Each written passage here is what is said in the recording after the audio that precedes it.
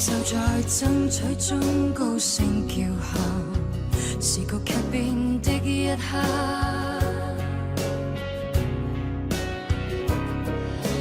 當此刻一雙手被你緊握，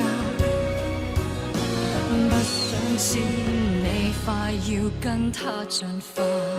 時代要一天天分薄你我未來，難得一起時別要放開，誰願意躋身於複雜裏精彩，只想與你簡單相愛。時代裏太多恐懼，太多悲劇要襲來，難得擁緊時別再放開，無謂再分心於選擇裏，至少這一秒跟前是我。只求被愛，單純地愛。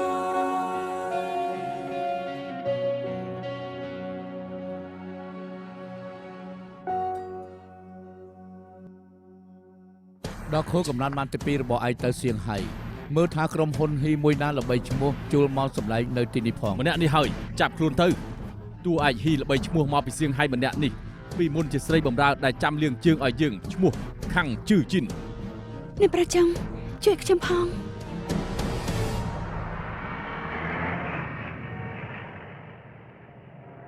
ធ្វើឲ្យអូនអស់សប្បាយបងសូមទោសរឿងខ្ញុំមិនសំខាន់ទេតែខ្លាចធ្វើឲ្យលោកម្ចាស់គួនខូចអារម្មណ៍ច្រើនជាង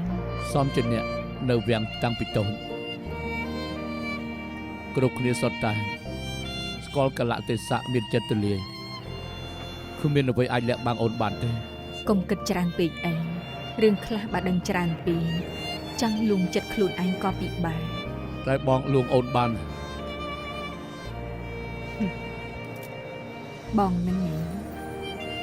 សំណាងណាស់ដែរបងចង់លួងចិត្តខ្ញុំ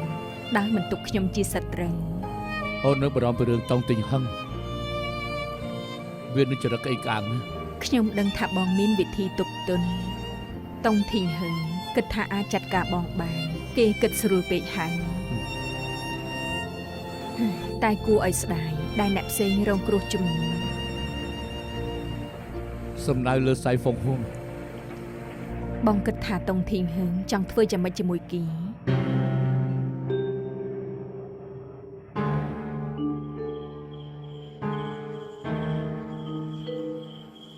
លោកតង់និយាយគ្នាតាមសម្រួលក៏បានដែរទីនេះមិនមែនសាវនាការលោកគ្មានសិទ្ធិនិយាយទេ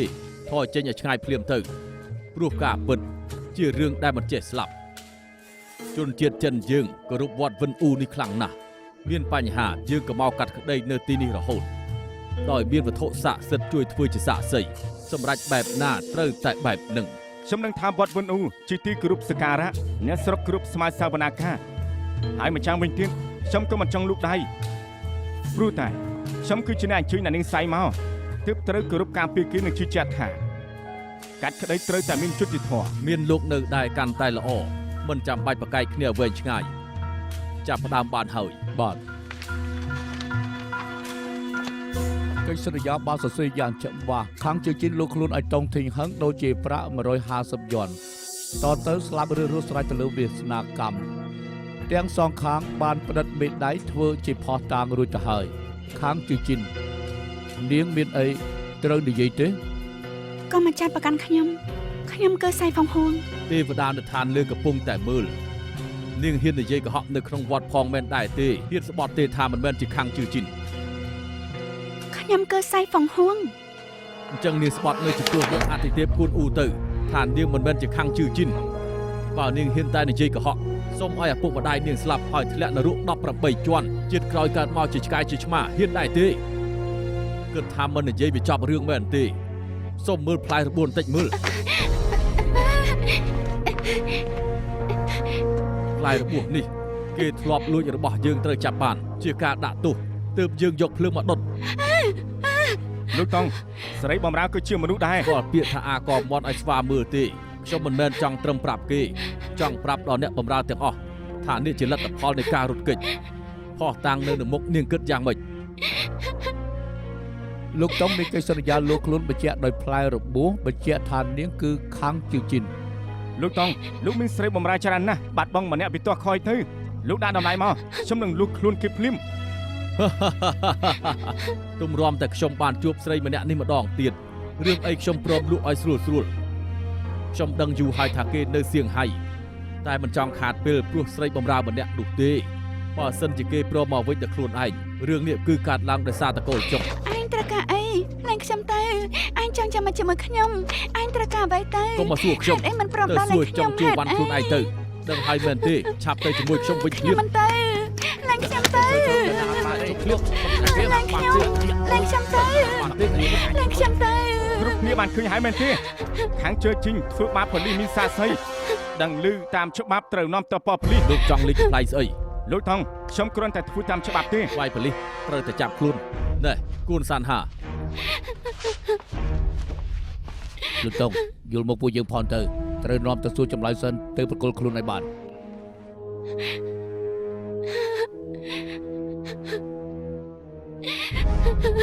សរសេរឬហើយនៅទីលោកតុងមក គួនសានហា លោកតុង ខ្ញុំព្រមឲ្យធ្វើតាមច្បាប់ទម្លាប់ពេលនេះផ្ដល់ចម្លើយរួចហើយនៅ សង្កត់អារម្មណ៍សិនទៅលោកតុងយើងធ្វើទៅតាមច្បាប់ទេ ទៅជាមួយខ្ញុំ អត់ទេអត់ខ្ញុំនៅទីនេះផងអ្នកប្រចង់ជួយខ្ញុំផង គិតថាធ្វើបែបនេះ លោក អាច ថ រួ ង ចខ្លួន លោកនាំគឺទៅមិនបានទេ ផ្ដេសផ្ដាស់ហេតុអីក៏នាំនឹងទៅមិនបានណែគួនសានហាឯងជាអ្នកមេកងឯងមានសិទ្ធិបញ្ជាសម្រាប់ថាព្រមដោះលែងឬអត់សួស្ដីលោកសួស្ដីលោក លោកអធិការខ្ញុំជាមិត្តវីឈ្មោះឆាឆុងអ្នកនេះខាងនេះมื้อនេះបានធ្វើបាបប៉ូលីសក៏ប៉ុន្តែកូនចៅរបស់លោកមិនទុកថាជារឿងធំបរិស័ទការដាក់បណ្ដឹងទើបបានខ្ញុំចង់ប្តឹងគេនឹងណា This is ridiculous. Now listen to what I say. Everything is strictly business. Charge her immediately. Put her under detention. Do I make it clear? លោកអធិការប្រាប់ថាឲ្យដាក់ពាក្យបណ្ដឹងហើយឃុំខ្លួនខាងជឿជីនឥឡូវនេះ មិនបានទេខ្ញុំជំទាស់ បើសិនជាលោកតង់មិនពេញចិត្តនឹងជឿជាមួយនឹងលោកអធិការទៅ ខ្ញុំបានចាំមើលថាលោកក្រនបាបប៉ុណ្ណាគួនសានហាគេជាទ្រព្យសម្បត្តិរបស់ខ្ញុំមើលឲ្យបានល្អបើមានរឿងអីកើតឡើងខ្ញុំនឹងចាត់ការឯង កុំប្រប់ឲ្យលោកតុងរកខ្លួនទៅឃុំទៅ បាទសូមជិញ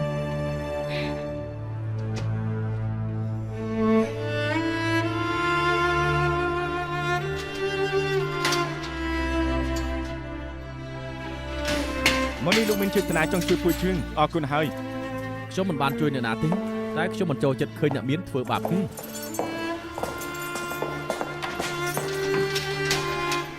និយាយរួចហើយប្រាប់ខ្ញុំ អរគុណ អ្នកប្រចង់ នៅក្នុងនេះរងងាយណាស់ឆាប់ពេលឲ្យទៅកុំឲ្យផ្ដាសាយ អរគុណហើយ សុំទោសតែធ្វើនឹងមកចាំកន្លែងបែបនេះតែកុំរំអីគ្រាន់តែមួយរយៈខ្ញុំនឹងរកមធ្យោបាយជួយនាង កុំគោសំអីខ្ញុំវិញតែដែលត្រូវអរគុណលោកសំណាងដែលមានលោកកុំអីខ្ញុំច្បាស់ជាត្រូវតង់ថេញហឹងចាប់ខ្លួនទៅហើយយកទៅធ្វើស្រីបំរើគេរស់នៅដោយស្លាប់ទាំងរស់ នៅចាំបានថានៅពេលដែលលួចរត់ចេញមកពួននៅក្នុងសួនផ្ទះខ្ញុំជាង10ឆ្នាំហើយមែនទេ កាលនោះ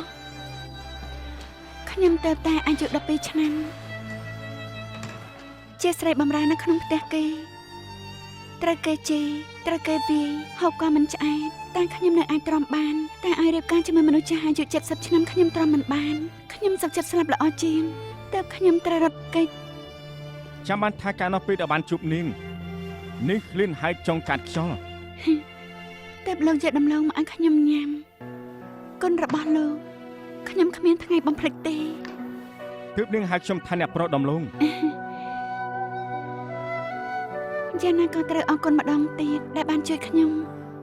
កាលនោះខ្ញុំនៅក្មេងពេកគ្មានសមត្ថភាពអាចជួយនាងបានត្រូវបណ្ដោយឲ្យគ្មានស្រីម្នាក់ចេញក្រៅទៅអនាថា ខ្ញុំក៏ជួយថែខ្លួនឯងខតដែរ តាមពិតកាន់ណោះលោកបងខ្ញុំតែប្រហែលឆ្នាំនៅក្មេងណាស់ជួយអ្នកណាក៏មិនបានគ្រាន់តែស្មានមកដល់ថាជាង10ឆ្នាំក្រោយខ្ញុំនៅតែកិច្ចគេមិនផុត អាក្រក់មកពីខ្ញុំបើពេលនេះនឹងនៅសៀងហៃមិនមកទីនេះរឿងទាំងអស់នោះក៏មិនកាត់ឡើងដែរ ជួនកាលទេវតាបានបញ្ជូនលោកឲ្យមកជួយខ្ញុំទៀតនៅប្រចុងពេលនេះលោកមិនមែនក្មេងទៀតទេតែជាមេធាវីលោកប្រហែលជាអាចជួយខ្ញុំបានតែត្រូវទេ កុំបារម្ភអីខ្ញុំនឹងជួយនាង អរគុណលោកហើយ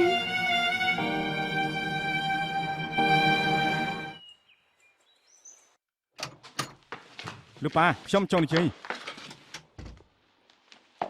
អរុនសុស្ដីប៉ាម៉ា យកមិញមិនបានឃើញទេ តែឈឺឆ្អារឿងគេទៀតហើយបងជួយបដាកូនបន្តិចផងបងមើលមុខគេចុះ អូនទៅប្រាប់អ្នកបម្រើឲ្យរៀបចំអាហារពេលព្រឹកឲ្យកូនបន្តិចទៅ បងក៏ជួយប្រាប់គេផងធំប៉ុណ្ណឹងហើយធ្វើតែរឿងអត់ប្រយោជន៍ឆាប់ទៅតាមក្រោយណា លោកប៉ាខ្ញុំចង់និយាយរឿងរបស់អ្នកនាងសៃ ឲ្យគេនៅប៉ូប៉ូលីសជាជំរឿសដល់ល្អ លោកប៉ាអង់គ្លេសរំសាយទីរួតតាំងពីឆ្នាំ 1833 មកម្លេះហើយមានទីរួតទៀតហើយហុងកុងច្បាប់ក៏បានឆ្លងផុតយូរហើយដែរ ច្បាប់ឆ្លងពុតមែនតែមិនទាន់ប្រកាសឲ្យប្រើទេ ខ្ញុំនឹងថាមិនទាន់ប្រកាសឲ្យប្រើ ដូច្នេះបើសៃហ្វុងហូនត្រូវគេនាំទៅវិញក៏មិនខុសច្បាប់ដែរ តែយូរឬឆាប់ក៏ត្រូវប្រកាសឲ្យប្រើដែរមិនអញ្ចឹងទេ យូរឬឆាប់នេះពេលណាហើយដឹងទេហេតុអីបានជាច្បាប់នេះប្រកាសឲ្យប្រើព្រោះហុងកុងនៅមានទាសករដូចជាអ្នកមានទម្លាប់នឹងការប្រើអ្នកបម្រើសូម្បីតែអភិបាលក្រុងក៏ដូចគ្នា ហើយប៉ាមិនគិតទេថាអយុត្តិធម៌នោះ នេះគឺជារឿងមួយផ្សេងទៀតហើយ ហើយណាក៏ត្រូវតែឆាប់ប្រកាសដែរ នេះគឺជារឿងទី3ហើយ វាមិនទាន់ហួសសម័យ ផ្ទះយើងក៏មានអ្នកបម្រើដែរ នឹងឲ្យផ្ទះជើងមិនទាន់សម័យ ឈប់ប្រើអារម្មណ៍នេះទៀតទៅ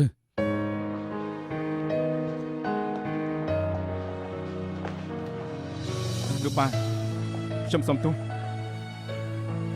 ហ េតុអីបានជាខ្វល់រឿងនេះខ្លាំងម្ល៉េះ ព្រោះមូលហេតុកើតមកពីពួកជើងតង់ទីងហឹងទុកជើងជាសត្រូវគេចង់សងសឹកគេចង់សងសឹកជឿជិនជំនួសពួកជើងយើងមិនគួរណានៅស្ងៀមចំ ជា ពោះរឿង ដល់ នេះ ភាព ទេ ត្រឹមត្រូវរឿងមួយព្រោះតស្រីនេះពីមុនឯងធ្លាប់ជួយទើបឯងមិនទាន់អស់ចិត្តឯងប្រាប់ការពិតប៉ាមក អ្នកបងធំលោកបងជាមួយឆាននិយាយរឿងតួឯកហ៊ីមិនទាន់ចប់ទៀតណាខ្ញុំថាលោកតុងធ្វើមិនត្រូវខូបកំណត់ម៉ាក់ទី2ទាំងមូលមកចាប់មនុស្សបែបនេះមិនសមទេ គេចង់មកអុកលុកពួកយើងតែធ្វើឲ្យអ្នកនាងសៃរងទុកជំនួស រងទុកអីធ្វើមើលតែយើងនេះធ្វើខុសចំពោះគេអញ្ចឹង បើយើងមិនជួលគេមកសម្ដែងរឿងនេះក៏មិនកើតឡើងដែរយើងត្រូវទទួលខុសត្រូវខ្លះ អ្នកបងធំកុំខឹងអីណាអ្នកបងទី2និយាយត្រូវគេអាចត្រឡប់មកទាបំណុលក៏ថាបានទាបំណុលអីទៅឯងនៅក្មេងមិនដឹងរឿងអីទេពីមុនអ្នកបងធំធ្លាប់ជួយស្រីបំរើម្នាក់គឺសៃហ្វុងហុងនេះហើយ ដោយធ្លាប់បានឮរឿងនេះដែរ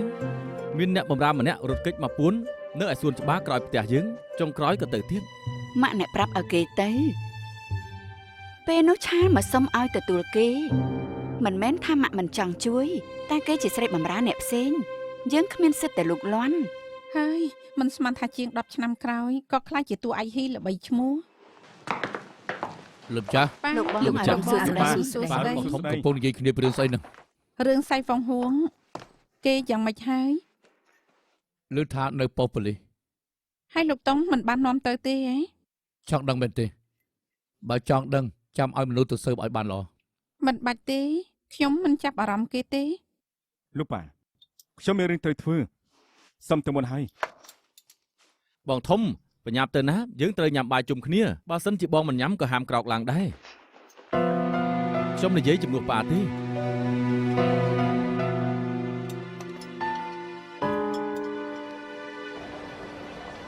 លីងរៀបចំខោអាវហ៊ីដាក់វ៉ាលីទៅចាខោអាវសាច់ច្បាំងទី2នោះពេលនេះប្រហែលមិនសូវបានប្រើទុកពីកំ pl ទុកឲ្យបដូរក្រៅពីនេះរៀបដាក់វ៉ាលីឲ្យអស់ទៅ លោកប៉ាសិស្សច្បងទី2មិនទាន់មកវិញយើងឆាប់ប្រមូលអីវ៉ាន់បែបនេះមិនល្អទេដឹង ហើយទោះជាគេត្រូវដោះលែងក៏តាមយើងទៅវិញមិនទាន់ដែរ មករកអ្នកណាបើគ្មានអីទេទៅវិញទៅ សុំទោសសុំសួរបន្តិចអ្នកនាងសៃមានរឿងអីកើតឡើង គាត់ត្រូវប៉ូលីសឃុំខ្លួននៅប៉ុស្តិ៍ប៉ូលីស ព្រឹកបែងពួកយើងនាំគ្នាទៅមើលគេទឹកមុខគេស្លេកស្លាំងឃើញហើយពិតជាគួរអាណិតខ្លាំងណាស់ ហេតុអីខ្លាចជាអញ្ចឹងពីមុនគាត់ជាស្រីបម្រើមិនព្រមទៅវិញជាមួយម្ចាស់ថែមទាំងធ្វើបាបប៉ូលីសទៀត លោកគ្រូអ្នកគ្រូយើងគ្មានមធ្យោបាយជួយគាត់ទេអី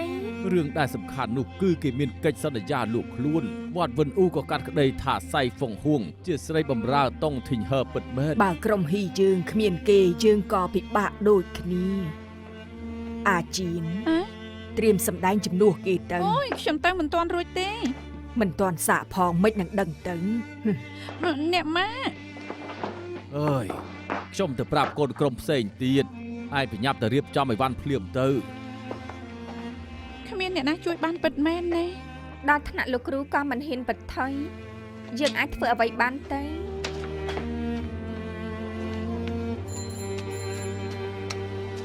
ថាកែសុំសួរបន្តិច បាយសួរក៏ដឹងដែរមករកជីនមុខស៊ុយមែនទេគេមិនបានមកវិញទេ ហើយដឹងទេថាគាត់ មិនដឹងទេគេប្រើទីនេះជាកន្លែងផ្ដាល់ដំណឹងមិនដឹងថាគេទៅធ្វើអីមិនដែលឃើញទេ អរគុណហើយ នាងតូយ៉ាទិញស្កររូបមនុស្សមួយទៀត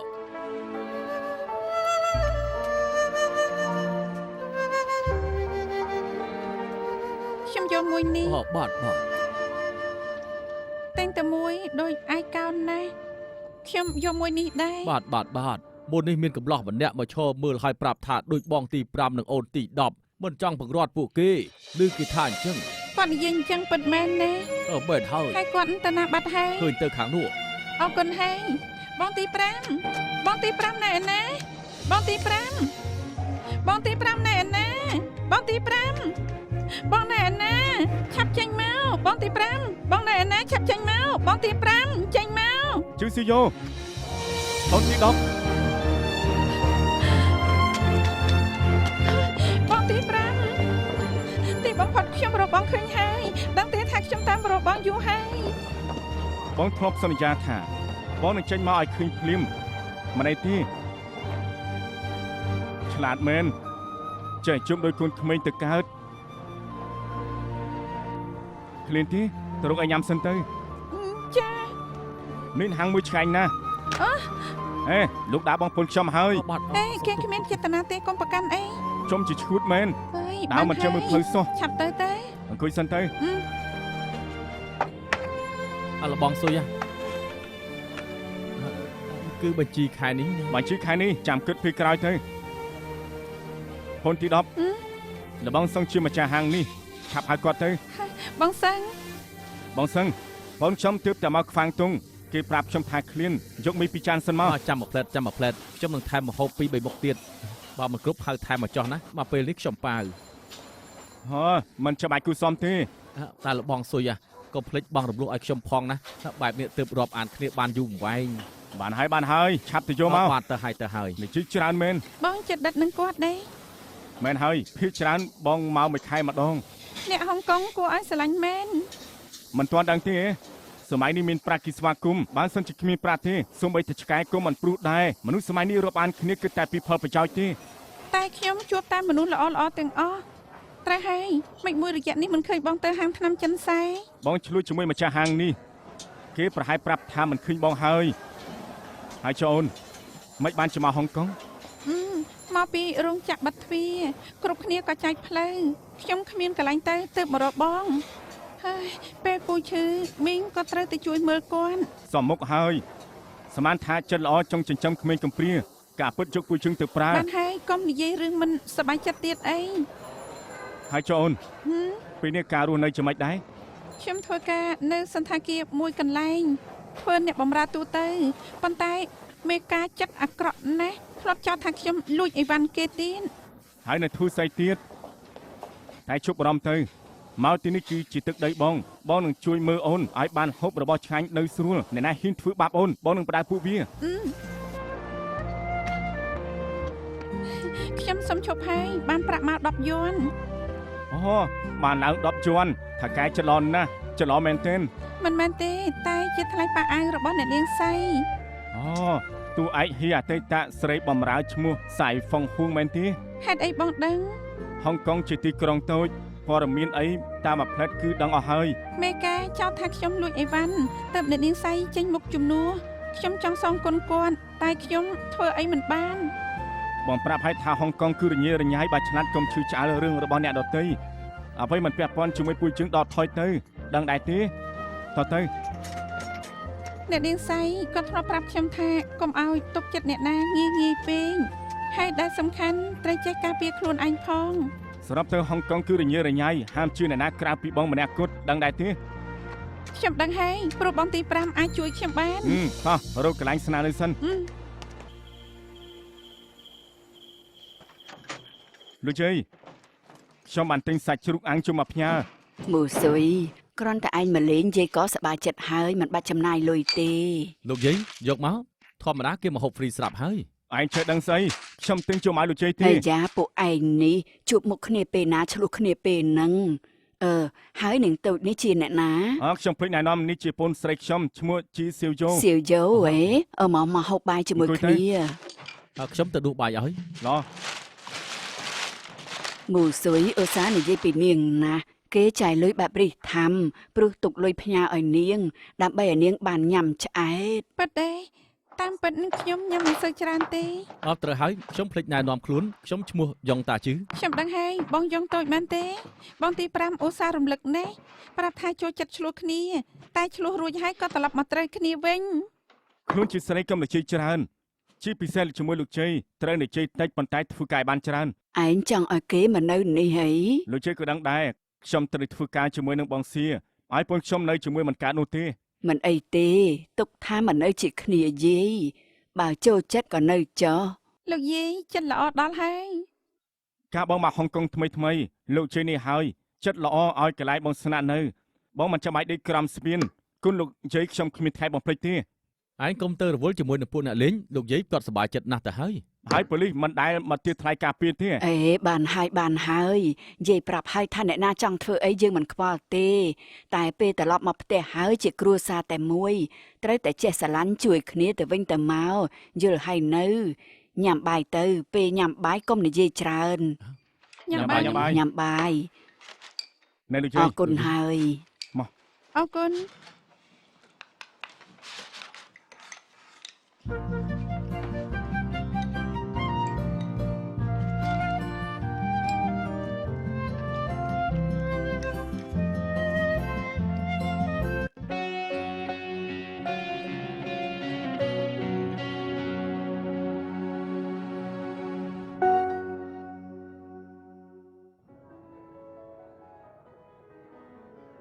សួស្តីលោករ៉ូប៊ឺតសាន់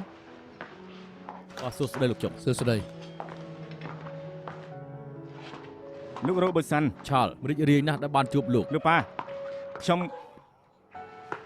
ឆាល់យើងទៅនិយាយគ្នាខាងនោះវិញទៅ អូខេ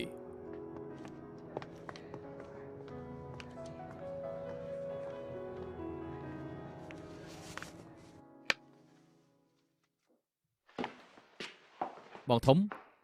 ការជួយមនុស្សមិនមែនជារឿងខុសទេប៉ុន្តែត្រូវធ្វើនៅពេលដែលសមគួរតើយល់ដែរទេ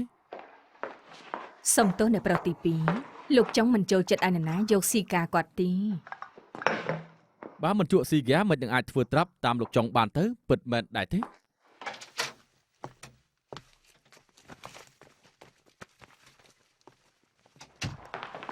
លោកប៉ា មិនក៏មិនអាចខ្ញុំប្រគល់មកជីនេះឲ្យលោករ៉ូប៊ឺតសាន់ យើងចង់ប្រាប់ឯងថាកុំគិតថាខ្លួនឯងប្រកែឯងលាក់បាំងនឹងយើងមិនថាក៏បានតែកុំជ្រុលជាងនេះឲ្យសន់ តែច្បាប់នេះអូនម្លាយពីជុំមកហើយឲ្យចាំដល់ពេលណាទៀតទៅលោកប៉ាខ្ញុំដើរប្រមូលឈ្មោះស្នើទៅរដ្ឋសភាព្រោះចង់ឲ្យច្បាប់នេះឆាប់ចេញប្រកាសហើយអ្នកណាក៏យល់ស្របដែរប៉ានឹងលោករ៉ូប៊ឺតសាន់មិនក៏មិនដឹង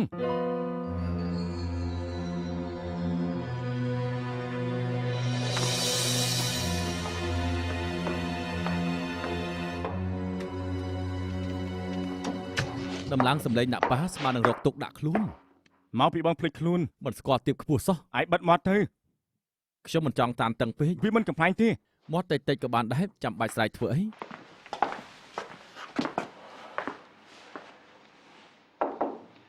លោកប៉ា ខ្ញុំចង់សុំទោស ដល់ហើយចុះ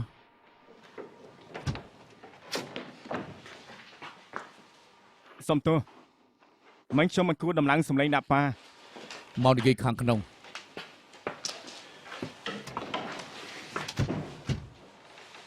ប៉ាចង់ប្រាប់អីថាអ្វីដែលចង់ធ្វើមិនបានប្រយោជន៍ហើយក៏មិនសមតម្លៃដែរ ខ្ញុំគិតថាជើងជាមេធាវីសុំនឹងធ្វើរឿងនេះ រដ្ឋាភិបាលមិនអើពើព្រោះគិតថាមិនទាន់ដល់ពេលបើយើងទទូចឲ្យឆាប់ចេញច្បាប់ដាក់សម្ពាធលើពួកគេចុងក្រោយក៏ដូចជាធ្វើបាបខ្លួនឯង ទោះបីជាធ្វើបាបខ្លួនឯងក៏ខ្ញុំនៅស្ងៀមមិនបានទូនាទីរបស់អ្នកច្បាប់គឺផ្ដល់ភាពយុត្តិធម៌ដល់សង្គម តែត្រូវគិតឲ្យបានល្អបើយើងរំសាយលែងឲ្យមានទាសករពិតមែនអ្នកដែលជាទាសករគេគ្មានចំណេះដឹងហើយគេរស់នៅបន្តយ៉ាងម៉េចបាន ខាងជួយគំរូឲ្យឃើញហើយ នេះគឺជាករណីពិសេសប៉ាសម្ដៅលើទាសករទាំងអស់ យើងគួរតែជួយករណីពិសេសបែបនឹងមុន ព្រោះអ្វី ព្រោះគេគួរអាណិតត្រូវការអពុជើងជួយ ក្នុងโลกនេះមានមនុស្សគួរអាណិតច្រើនណាស់យើងអាចជួយបានប៉ុណ្ណា គ្រាន់តែចេញមុខធ្វើអ្វីដែលអពុជើងគួរធ្វើ មានឧត្តមគតិគឺជារឿងល្អតែមិនគួរក្តៅចិត្តធ្វើអីឆេឆាវវាគ្មានផលល្អនោះទេ ចិត្តត្រជាក់មិនបានទេព្រោះប៉ាមិនសូវស្គាល់គេច្បាស់តាំងពីនៅក្មេងមកទល់ពេលនេះប៉ាមិនឃើញក្តីទុកនិងភាពជឿចាប់នឹងទេ សូមទោសផងវាមិនពាក់ព័ន្ធជាមួយនឹងប៉ាបន្តិចទេ ខ្ញុំសម្ដៅលើការយកចិត្តទុកដាក់ក្នុងនាមជាមេធាវីជួយមនុស្សលំបាកវាខុសដែរ បានហើយ តាមពិតទៅជើងគ្រាន់តែ យើងប្រាប់ថាបានហើយ បើអញ្ចឹងខ្ញុំទៅសិនហើយ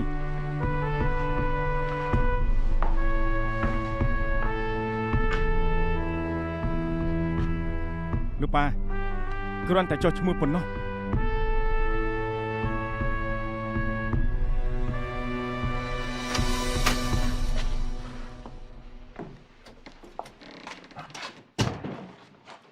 ប្រាប់ហើយថាធ្វើអ្វីឲ្យស្គាល់កលៈទេសៈ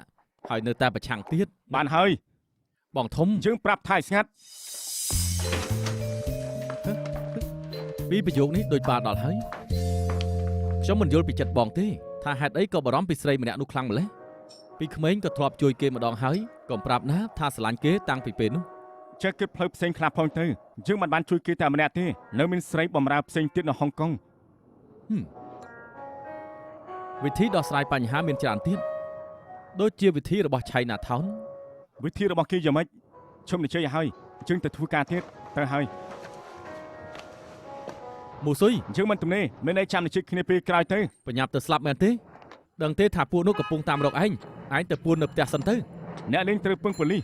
បែបនេះចេញមករស់ស៊ីយ៉ាងម៉េចទៅ លើយសៀកមិនជួយឯងទេមនុស្សបែបនេះធ្វើលបងធំមិនបាន ឯងក៏មិនចេះថ្លៃព្យាបាលតិចតួចយើងចេញបាន ឯងគ្មានលុយមកកាក់ផងហ្នឹងហើយបានស្អីចេញទៅប្លន់គេទៅ ទោះបីយើងស្លាប់ក៏មិនចាំបាច់មករពលដែរ បានចាំយើងជួយយកសាកសពឯងចុះជិនមូស៊ុយត្រូវការលុយមែនទេ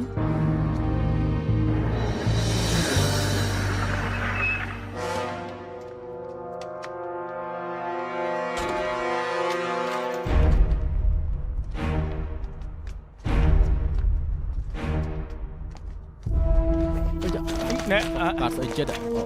មិនអីទេសុំទោសណាមិនអីទេ សុំទោស សុំទោស លោកក្រោយជាប្រយ័ត្នប្រយែងផងសុំទោសដើររួចអត់ដើររួចអរគុណហើយ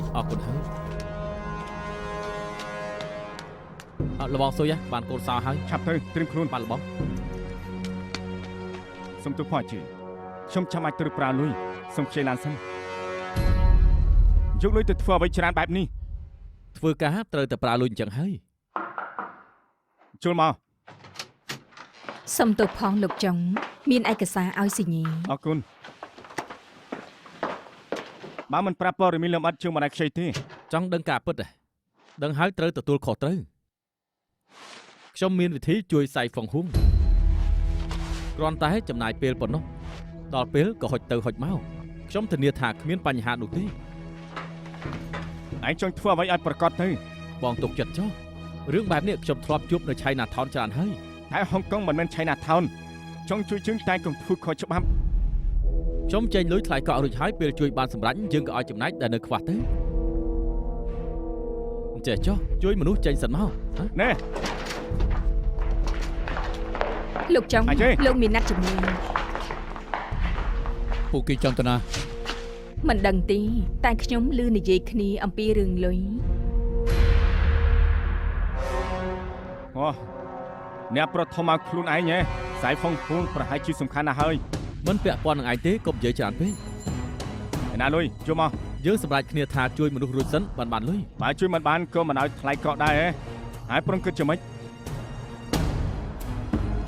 នោះហើយដានប៉ូលីសដែលដឹកខ្សែផុងភួងមកទោះបីជាមានរឿងអីកើតឡើងក៏ពួកលោកនេះក៏បង្ហាញខ្លួន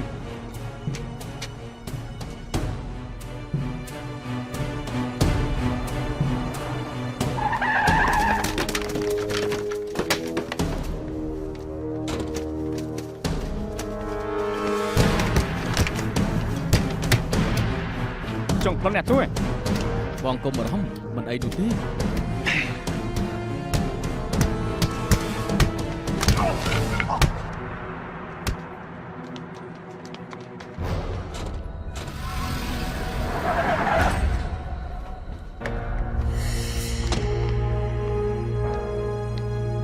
ចិនមូស៊ុយ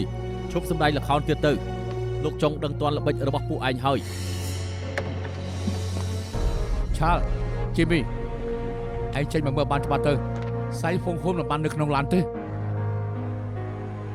បន្លំជាប៉ូលីសមានទោសធ្ងន់ធ្ងរណាស់ចិនមូស៊ុយឯងមិនបានចង់ជួយមនុស្សឯងចង់បោកយកលុយថ្លៃកក់មែនទេ កុំចាស់គ្រាន់ស្ដាប់ពេកអីបើគ្រាន់បានចាប់ខ្ញុំទៅកុំភ្លេចថាលោកគឺជាអ្នករៀបល្បិចដើម្បីជួបខ្ញុំមុន បិទមាត់ឯងជានរណាមានសិទ្ធិអីមកនិយាយជាមួយយើងរឿងថ្ងៃនេះយើងមិនប្រកាន់ទេតែឯងបញ្ញាប់ចេញទៅ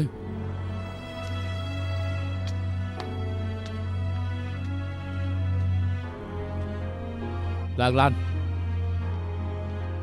លោកប៉ាអាក្រក់មកពីខ្ញុំ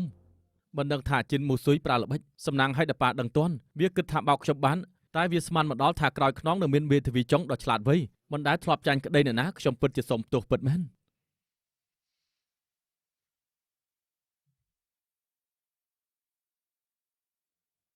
លោកប៉ាខ្ញុំសុំទោស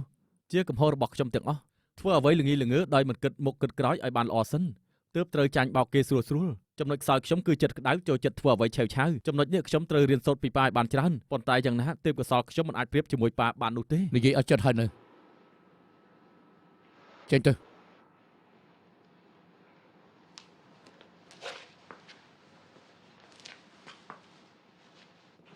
លោកប៉ាមិនពាក់ព័ន្ធជាមួយបងធំពិតមែនខ្ញុំជាអ្នករៀបចំខ្ញុំប្រើវិធីខុសក៏ប៉ុន្តែខ្ញុំក៏មានបំណងល្អ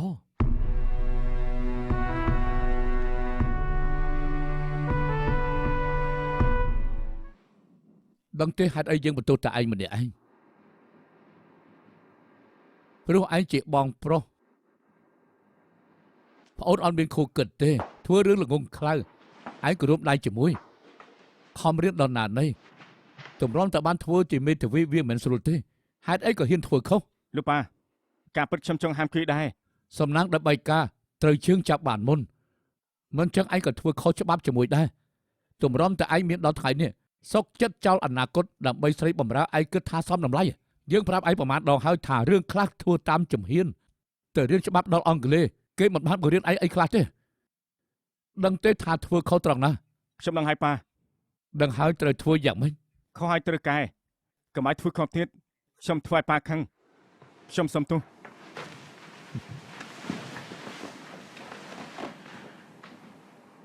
ឯងធ្វើយើងអត់សង្ឃឹមណាស់ សុំទោសលោកប៉ាលោកប៉ាបើសិនជាបាត់ខឹងហើយនោះខ្ញុំមានរឿងមួយទៀតចង់និយាយទី1រឿងរបស់ឈីយេ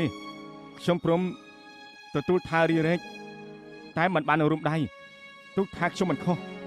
ទោះបីជាខ្ញុំចង់ហាមក៏ជិតពេលតែយ៉ាងណាក៏ត្រូវតែទទួលខុសត្រូវជាមួយដែរទី2នោះ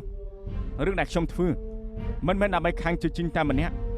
ហុងកុងគឺមានស្រីបំរើបែបនេះជាច្រើនដែលត្រូវបានគេជិះជាន់ធ្វើបាបខ្ញុំចង់ទាមទារយុត្តិធម៌ឲ្យពួកគេហើយខ្ញុំគិតថា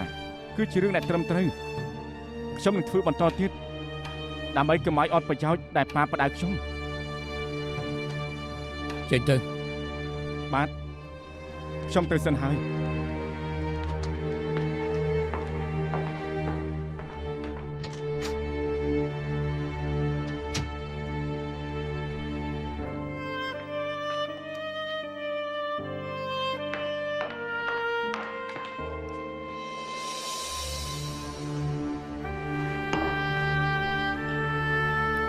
បងមិនដែលផឹកស្រាទេ ឯ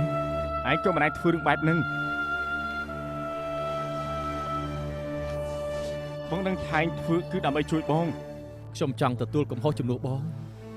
តែចុងក្រោយវាមិនបានខ្ញុំអត់បានការ ប្លន់អ្នកទោះវាល្មើសនឹងបទឧក្រិដ្ឋ ខ្ញុំមិនចង់ឲ្យពិបាកដល់បងនោះទេព្រោះប៉ាស្រឡាញ់បងខ្លាំងណាស់ផ្ញើក្តីសង្ឃឹមជាមួយបងគ្រប់យ៉ាងទាំងអស់ទុកបងជាអ្នកស្នងតកូលខ្ញុំទុកថាសំណាងល្អហើយពីមុនជាអ្នកលេងនៅឆៃណាថោនប៉ាព្រមទទួលខ្ញុំធ្វើជាកូនហើយឲ្យធ្វើការក្នុងហាងវ៉ាន់ហឹងអ៊ីង ឯងក៏មិនខុសពីយើងដែរយើងជាមេធាវីតែឯងជួយប៉ាវាដូចតែគ្នាខុសត្រង់ណាទៅ អ្នកណាថាមិនខុសម៉ាក់ធំជាកូនអ្នកមានវង្សតកូលប៉ុន្តែម៉ាក់ខ្ញុំវិញស៊ីឈ្នួលបោកកៅអៅនៅឆៃណាថោនប្រទេសអង់គ្លេសគាត់មិនទាន់បានចូលតកូលចុងផងក៏ស្លាប់មុនបាត់ទៅនិយាយទៅខ្ញុំគ្រាន់តែជាកូនក្រៅខោតែប៉ុណ្ណោះ តែគ្មានអ្នកណាទុកឯងជាអ្នកក្រៅមិនជាបាននេះធ្វើឲ្យគ្រប់គ្នាក្នុងផ្ទះអន់ចិត្តហើយយើងប្រាប់ម្ដងទៀតកុំគិតថាខ្លួនឯងគឺជាអ្នកដទៃ ខ្ញុំចាំបានថាកាលពីមុនដែលប៉ះ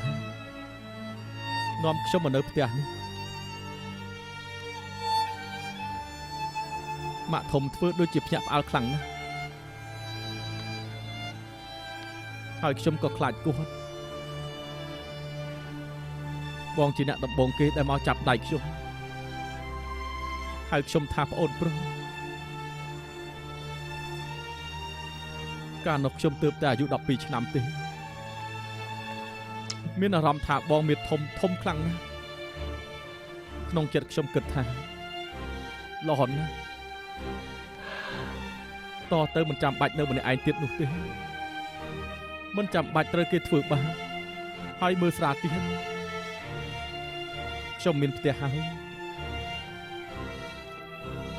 កាលនោះយើងក៏សប្បាយចិត្តដូចគ្នាដែរដែលមានពុនប្រណគីឯងជាអ្នកប្រុសទី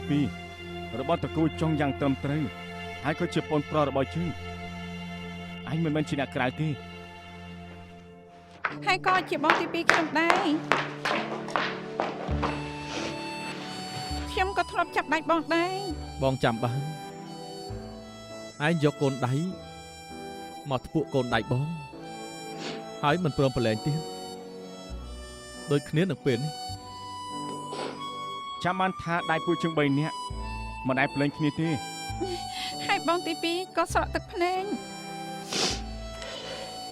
បងរំភើបចិត្តពេកម៉ាក់ធំមកនិយាយជាមួយបងប្រាប់ថាបើចូលផ្ទះតកូលចុងហើយឯងជាគ្រួសារយើងមិនថាឯងទុកយើងជាម្ដាយឬអត់ទេយើងនឹងចិញ្ចឹមឯងដូចជាកូនហើយយើង3នាក់នឹងស្មើភាពគ្នា ហើយឯងក៏ស្គាល់ល្អមកទល់ពេលនេះគ្រប់គ្នាទទួលស្គាល់ឯងអស់ហើយ បងមិនគិតថាខ្ញុំល្ងីល្ងើអត់ប្រយោជន៍ទេមែនទេ សំណាងដែលមានបងយ៉ាងហោចណាស់ក៏សាងបរិយាកាសឲ្យផ្ទះយើងបានខ្លះព្រោះបងធំក៏តែពីរៀនហើយប៉ាគាត់កាចក្នុងផ្ទះស្ទើរតែគ្មានសម្លេងសាច់អីបន្តិចទេ បងធំខ្ញុំសរសើរការតាំងចិត្តបងណាអនាគតបងត្រូវតែទៅបានឆ្ងាយ តែយើងចូលចិត្តការលេងសើចរបស់ឯងជាងបើខ្វះឯងក្នុងផ្ទះយើងគឺច្បាស់ជាស្ងាត់ តែខ្ញុំចំណានខ្លួនឯងជាងដែលមានបងប្រុស2នាក់គួរឲ្យស្រឡាញ់បែបនេះ ពួកយើងក៏មានប្អូនស្រីស្អាតដែរ សប្បាយចិត្តបែបនេះមកផឹកជាមួយគ្នាទេ មិនបានទេឯងនៅក្មេងហាមផឹក មកពីសប្បាយចិត្ត មិនបានទេបើប៉ាដឹងនឹងចាត់ពួកជើងថាធ្វើឲ្យប្អូនខូចមនុស្ស ចង់ឲ្យប៉ាជេរពួកយើងម្ដងទៀតហ៎ សុំផឹកតែបន្តិចទេ ហើយបើចង់ឲ្យផឹកបន្តិចក៏បានដែរហាមប្រាប់ប៉ាណាតើដឹងទេ ម៉ាក់ក៏កុំប្រាប់ដែរ ដឹងហើយអរគុណ តែកិច្ចកុំផឹកច្រើនអី តើខ្ញុំម្ដង អូយក្តៅពោះណាស់ នេះស្រាល្អកុំធ្វើឲ្យខូចណាពិតជាស្រាខ្លាំងមែន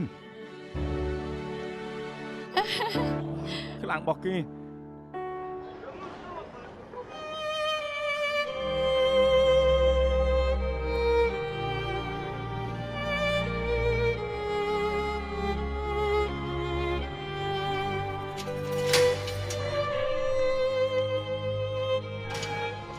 អ្នកនាងសៃខ្ញុំសៀយោមកមើលអ្នកនាង សេយ៉យ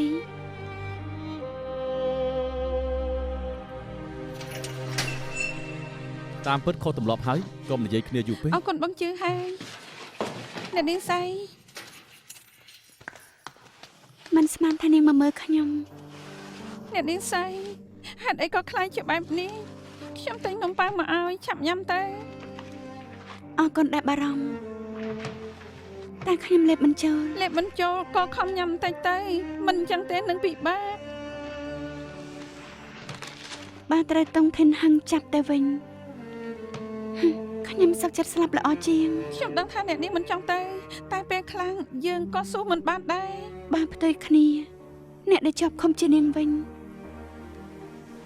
អ្នកនិយាយបែបនេះដែរទេបាទគ្មានអ្នកណាជួយខ្ញុំត្រូវតែជួយខ្លួនឯង សៀយើងឲ្យឆាប់ឡើងអធិការមិនមើលហើយ អ្នកនាងសៃខ្ញុំទៅសិនហើយកុំភ្លេចញ៉ាំណា ឆាប់ចេញទៅ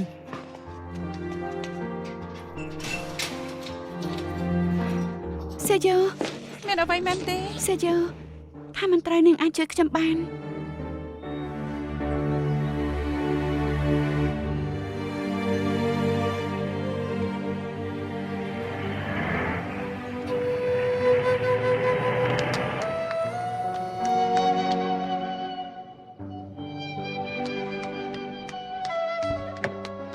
មេធាវីចុងមេធាវីចុង ជប់សិននេះជាផ្ទះលោកចុងហាមចូលផ្ដេសផ្ដាស់ ខ្ញុំសុំទោសលោកជាមេធាវីចុងជួវ៉ានមែនទេ ហើយនាងជាអ្នកណាមករកគាត់ធ្វើអី ខ្ញុំឈ្មោះជីសេយ៉ូជាអ្នកមិនសំខាន់ទេដែលសំខាន់គឺមេធាវីចុងត្រូវតែជួយអ្នកនាងសៃឲ្យបាន អ្នកនាងសៃសំដៅលើសៃហ្វុងហួងមែនទេ អ្នកនាងសៃឲ្យមកប្រាប់ថាខ្ញុំជាមនុស្សមិនមែនកូនអុករបស់ពួកលោក បានហើយចេញទៅវិញបានហើយណា មេធាវីចុងអ្នកនាងសៃប្រាប់ថាបើលោកមិនព្រមជួយគាត់យកកូនអុកគប់លោកហើយលោកនឹងព្រមជួយ លោកចុងកើតអីអត់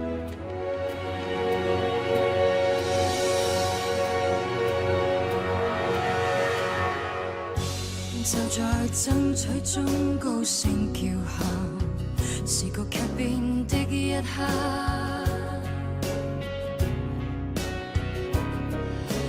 當此刻一雙手被你緊握，